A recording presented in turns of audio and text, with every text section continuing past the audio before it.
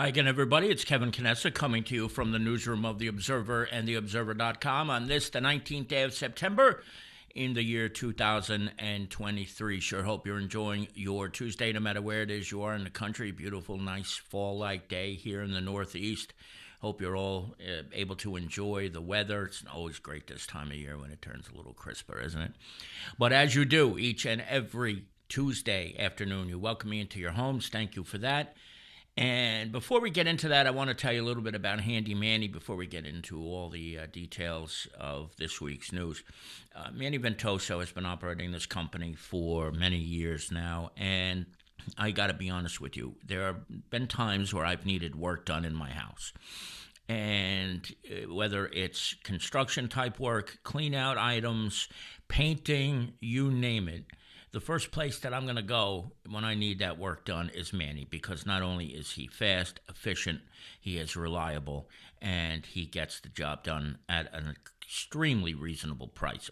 And that's why I'm hoping that you will join me and join Manny if you need some work done at your house, whether it's the house, the basement, the attic, or the yard, no matter what it is, he can get the work done. So just give Manny a call right now at your opportunity, really. 201-281-7975. That's 201-281-7975. And when you call Manny to get the work done in your house, let them know that the Observer sent you your way, and I know he will take care of you. But here's the one thing, too, you got to realize about Manny. He's very busy, so when you got to get work done, you got to give him advance notice. Like, you can't call today and think he's going to be there tomorrow. So make sure if you have a project that you may be putting off, that you let him know with enough notice so that he can get over there and do what you need to be done. So thank you, Manny, for sponsoring the program this week, and as you have for the last couple of weeks, and will for the next week too, as well. Now, before we get into the news this week, did anybody see the incredible rainbow that formed yesterday? It was unreal. I didn't see it, but Lisa sent this to me. This is from her picture that she took, and you can see it very clearly. What an incredible sight that was after, I guess, all the rain that we got over the last couple of days. And then Steve Kaplan, who lives over on Beach Street, sent us this too, and you can see it. It looks like a double rainbow there too. You see it in two different spots. But it was a really beautiful thing. And I guess a lot of people had posted this on their social media pages, but just in case you didn't see it, I wanted to show you these photos from Lisa and from Steven. And we want to thank Steve Kaplan, too, and Lisa, of course, for sending us these photos to share with you. But it was one of those great moments that you don't get to see too often. Beautiful, beautiful stuff in Kearney, and I'm sure it was in the surrounding towns as well because of the rain and the clearing. And Manny's with us here. So, Manny, thank you very, very much for this. And what a shot yesterday. What a scene. I hope you all got a chance to experience it. Now, before we get into the news of the week, I just want to let everybody know that we have finally gotten a date for the Observer's sponsored debate between the three mayoral candidates, and it will be October the 17th at 7 p.m. You don't have to do anything but send us questions. Please send questions to editorial@theobserver.com and indicate whether you want it to be known that you sent in your question so that we can gather as many as possible from the public to answer what you're thinking about. Because there'll be plenty of questions that we have as well, but the important feature of this is that residents get to ask as many questions as they can. And there is a little bit of an update to give if you haven't been on your social media pages at all in the last couple of days. All three candidates have agreed to participate in the debate. Originally, that was not the case. But now all three have agreed to take part in our debate. And I know very, very much that I'm looking forward to getting a chance to sit with the three people who are running. And the interim mayor, Peter Santana, Carol Jean Doyle, who is a councilwoman, and Sidney Ferreira, who is running as well. Peter is the official Democratic candidate, Sidney is the Republican candidate, and Carol Jean is running as an independent. But again, if you have things that you want answered, things that you don't know, or something that is on your mind, send questions to me at editorial@theobserver.com, and we will pick the best ones to be asked to the candidates on October 17th. It's a little less than a month away, so don't delay. Get that to us as quickly as you can. We start off today with a very intriguing police blotter item that Mike Antarchik sent us, and this one just kind of blew my mind. This woman was on Midland Avenue a week and a half ago, and it was right around the first day of school, and a school bus had stopped, and when the school bus stopped, they put the arm out. You've probably seen how there's a security or safety arm that comes out, and the red lights were engaged. When the red lights of a school bus are on and you are driving, you stop. It's not stop, look, then go. You stop until those lights are off. Well, one woman was in a little bit of a hurry, and she decided that she didn't need to stop, and she blew right through the red light and the safety arm that was engaged on the school bus. And when she was pulled over, because fortunately there was a police officer who was there and who witnessed this, it turns out that her driver's license was in fact suspended. So not only was she impatient, she wasn't supposed to be behind the wheel. So a great job out of the Kearney Police Department in getting her and nabbing her for this. But I mean, for God's sake, when you're driving and a school bus is active and the lights are on, the arrogance to pull right through and just blow right past it could have been catastrophic. Some people may look at this and say, this is not a big deal. I'm sorry, it's a very big deal. That's just not something you do. And when you have a suspended driver's license and do it, it makes it all the more dumb. Sidney Ferreira is with us, and he has left a comment. Hi, Kevin. I look forward to a spirited debate as well.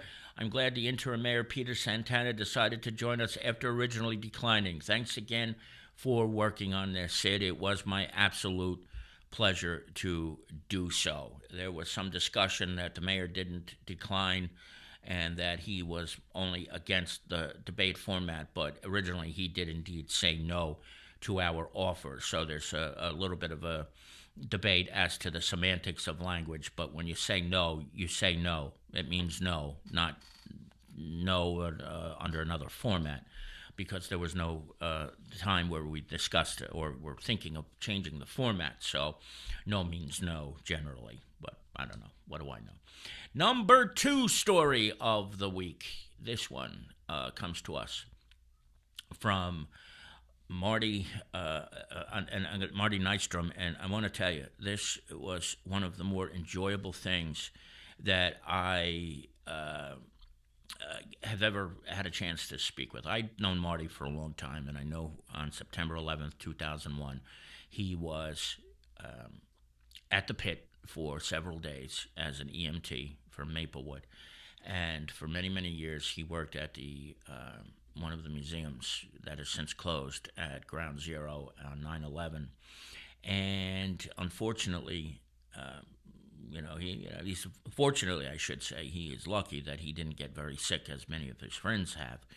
But Marty has always spoken in Kearney, especially at the high school, about his experiences of 9/11 and things of that nature. But he was recently invited to speak at the official Wisconsin 9/11 memorial in Kewaskum, and it was extraordinary. He gave a rousing speech, and he was invited there by the father of a young woman who, at age 25, died in the North Tower of the World Trade Center, September 11th, 2001.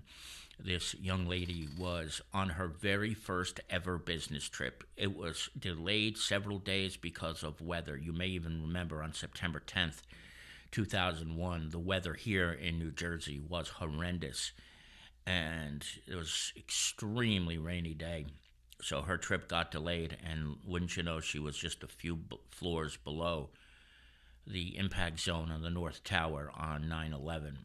And this man has been dedicated to making sure that there was a proper memorial in Wisconsin, and it took 21 years for them to get it, 20 years for them to get it, which is just mind-boggling when you think about it. But they invited Marty out to Wisconsin. He almost didn't make it. They canceled his original flight, but he did in fact make it, and then he wound up speaking to some high school kids and some middle schoolers. So I hope you will take an opportunity to read this, and we thank Marty Nystrom for sharing this incredible story with us and for always being such a wonderful person when it comes to dealing with September the 11th. And I want to just, Scott was asking if it was going to be live or on Zoom. Just as this broadcast is live, it will be the same thing for the debate on the 17th of October. What will happen is, in fact, let me show you what the screen will look like on debate night. This is not the final format of what it's going to look like, but this is what it will look like, generally speaking, on the 17th of October. This is in no particular order, and we'll decide eventually how we're going to pick the order of how they appear on the screen and who gets to get the first question and the first opening statement. But you'll see here. And this will be broadcast on numerous platforms, Scott, including Facebook Live, YouTube, Twitter. It will also be on Twitch, Kick, and a few other live broadcasting platforms. We will put out links and embeds into the Observer.com. It'll be plastered all over the place. It will be impossible not to be able to find this broadcast, but it will be on so many different platforms. And one of the things is, some people may not be computer literate. For anybody who's not computer literate, I certainly hope that maybe once the broadcast is over, because it will be live, that people will bring the podcasted version, which everything will live forever once the actual debate is over. It'll still be available online, so we're hoping that people will bring it to people who wouldn't make it because they're not able to travel or because they don't know much about social media or getting on the web. So maybe this is an opportunity for people to reach out to their elderly neighbors and bring a laptop over and show them what happened in the debate. So that's how the format will be, and it really will be very, very easy for everybody to see it. Sydney, in his chat, said it'll be available via Zoom. Zoom is one of the few it won't be, believe it or not, because it's going to be broadcast everywhere. So with Zoom, you need a link and all that other stuff, and sometimes you need to put a sign-in and a password. But it's a Zoom-type format, if anything. So just want that to be very clear to everybody. So thank you very much, Sydney, for answering the question to Scott. And I just wanted to clarify that just a little bit. But you see what that format looks like. Everybody will be seen on the screen at the same time. At no point, let me just go back to this real quick, just in case there's any question. I don't know if you can see where it says guess 1, 2, or 3 on your screen, but that's what we see. The live video will show right there. So at no point will anybody's face be off the screen. You'll be able to see people's reactions. So say somebody rolls their eyes, we're going to see it. So just remind that to I want to remind that to all the candidates. So you kind of have to be on your best when all of this is happening and going down on the 17th of next month. Now, the final story this week that we want to get to just briefly is the signs. Suspect terrorism, contact New Jersey Homeland Security. They just started popping up right after Labor Day. And they're all on highways. Route 3, Lisa saw one on Route 23 that you can see right here on the this copy of the e-edition that's up on the screen. And if you've been around the area, you've probably bumped into one of these signs. So Lisa was driving around and she's like, what the hell is this all about? Where are all these signs coming from? And the New Jersey Department of Homeland Security, with DOT and a few other state agencies, were supposed to have made a big deal about this program and letting people know all about it. So far, I have spoken with a handful of local police departments, and none of them ever got word that this program was going on. But it is the whole concept of, and it was in relation to 9/11's anniversary happening last week, that people are more cognizant that terrorism could be anybody. So if you see something, they want people to say something. Now, is there more to this? More than likely, yes, but I don't think they're ever going to admit to that there's probably something a little bit more than just the anniversary coming up. But it's something that people should always keep in mind, that there's always something happening behind the scenes that the government will not tell us about necessarily, whether it's for fear of causing a wide-scale panic or something like that. But if you see the signs, they are sponsored by New Jersey Department of Homeland Security with DOT.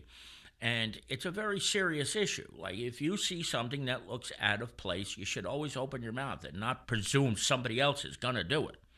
All right? I mean, and Lord knows we live close enough, just a handful of miles outside of Midtown Manhattan, that God forbid something could happen right in our neck of the woods. So keep that in mind, but at least you know now why the signs are there. But unfortunately, they did a horrible marketing job with this because, as I said, having spoken with several police departments, none of them were told about it. And because they were never able to disseminate that information down to the rank and file police officers. And that was supposed to happen, but it clearly did not. It is 46 minutes past the hour. Kevin Knessa here with you on this edition of the Observer Live, and that is going to do it for this broadcast. I want to thank Scott Marshman, Sidney Ferreira, Manny Ventoso, and anybody who else is watching this broadcast today for joining me. Don't forget, we have a whole bunch of classifieds in this week's paper too, so if you're looking for a place to live or if you're looking for a job, some services offered, do check those out. And don't forget to give Manny Ventoso a call if you need work done in your house. We will be back 1 week from today with another edition of the Observer Live, and we have in the meantime a few other interviews that are in the works with some other candidates running for other offices, so I'm hoping we'll be able to bring those to you shortly. And also, if you haven't seen it yet, last week I had an opportunity to have an interview and a sit-down with John Fabula of the Kearney Police Department to talk about scams. Just scroll down here a little bit and you will find it. It is something that everybody should see, especially the elderly. From the newsroom of The Observer and TheObserver.com, Kevin Knessa signing off for now, and we hope to see you back here again very, very soon. Enjoy the rest of your Tuesday, everybody. Bye-bye.